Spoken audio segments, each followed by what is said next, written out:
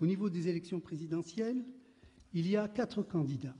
Le président Ben Ali, qui est candidat à sa propre succession pour la 5e fois. Il a gouverné pendant 22 ans aujourd'hui et il se propose de gouverner encore 5 ans.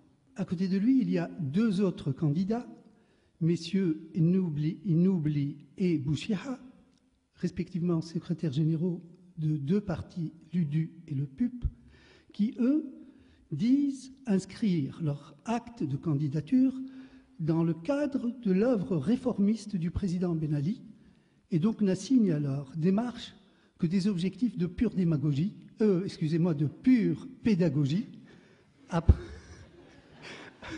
apprendre aux Tunisiens le pluralisme. Il y a une 4e candidature, celle du mouvement Tajdid, qui est un mouvement parlementaire, mais qui a initié depuis son congrès de 2001 une démarche autonome, indépendante, et qui, dit-il, veut mener une campagne d'égal à égal, malgré les déséquilibres et les obstacles qu'il rencontre. 3 autres partis, dits d'opposition parlementaire, ont choisi purement et simplement, et cette fois-ci ouvertement, de soutenir la candidature de M. Ben Ali. 2 partis ont été évincés de la course. Il s'agit du FDTL et du PDP auquel j'appartiens. La campagne de l'actuel chef de l'État et candidat donc à sa propre succession se déroule de façon quasi permanente entre 2 mandats. La campagne actuelle a pris une vitesse de croisière en fait depuis 3 ans. Tout ce que le pays compte comme association, comme institut de recherche, comme université, comme syndicat, tous évidemment l'ont conjuré donc de se présenter pour poursuivre son œuvre grandiose et avant-gardiste et continuer de travailler au bonheur des Tunisiens. On a eu droit depuis le dépôt de la candidature du président Ben Ali. On a eu droit à la première de tous les journaux officiels, en langue arabe et en langue française. On a eu droit à un concert de voix à une seule voix.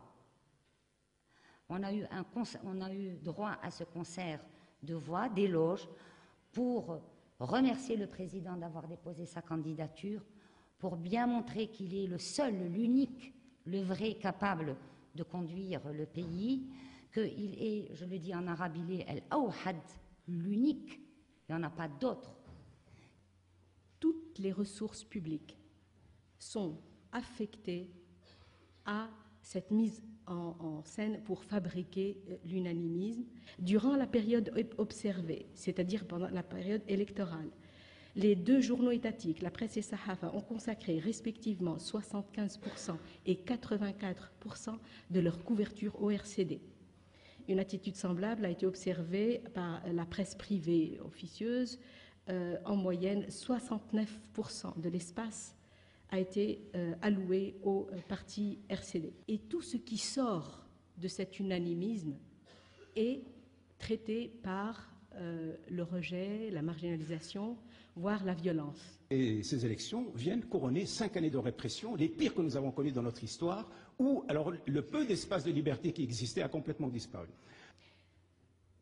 Au mois de février, il y avait un Tunisien, un ingénieur qui s'appelle Alay El-Kouki, qui a cru dans ce système bien agencé, bien réglementé du système électoral tunisien.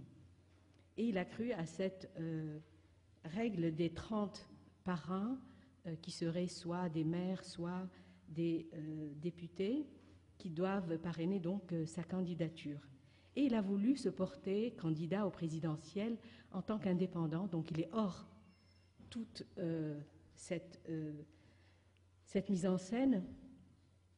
Et il a pris sa voiture, son bâton de pèlerin, il a fait le tour de plusieurs mairies en Tunisie, en partant de la banlieue sud-tunisienne, allant jusqu'au nord-ouest, en déposant une demande d'audience à chaque maire avec un programme qu'il a offert en leur disant, voilà, moi je suis un patriote, j'ai envie de me présenter et je souhaite que vous me parrainiez, et donc je demande à vous rencontrer.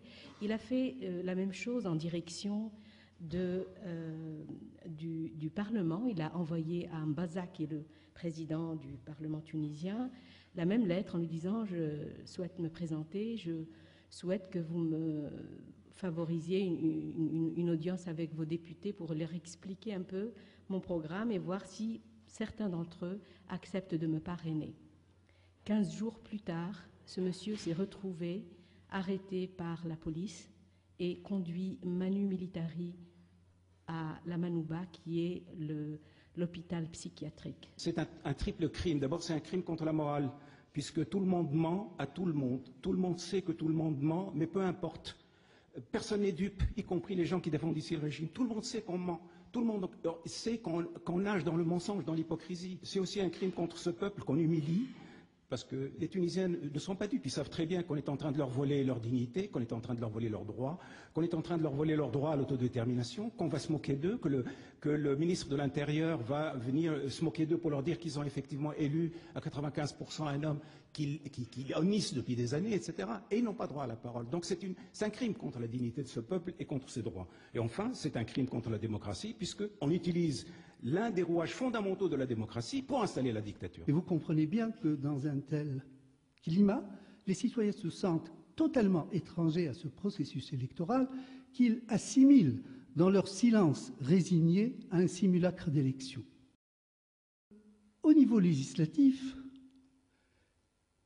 nous avons au PDP présenté dès le premier jour des délais impartis au dépôt des candidatures, 26 listes dans les 26 circonscriptions du pays.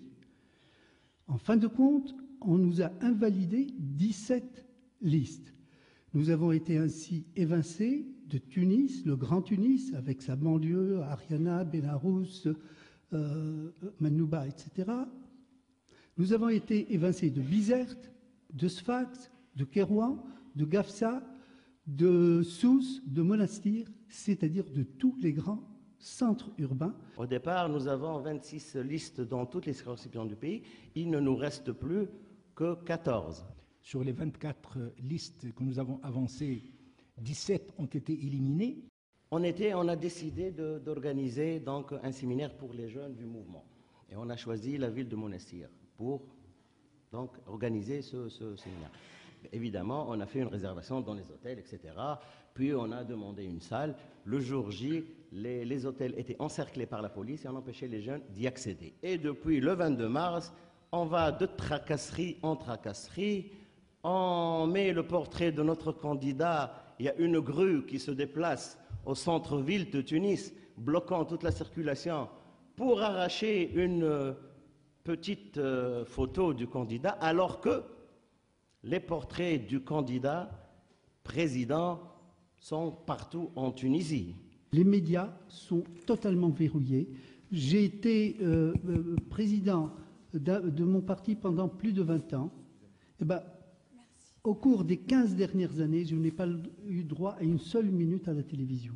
Voilà la situation générale. On n'a pas accès aux médias, on n'a pas accès à la presse écrite, on n'a pas accès à la rue, aux gens. Donc, tout ce qu'on fait, on le fait en résistant.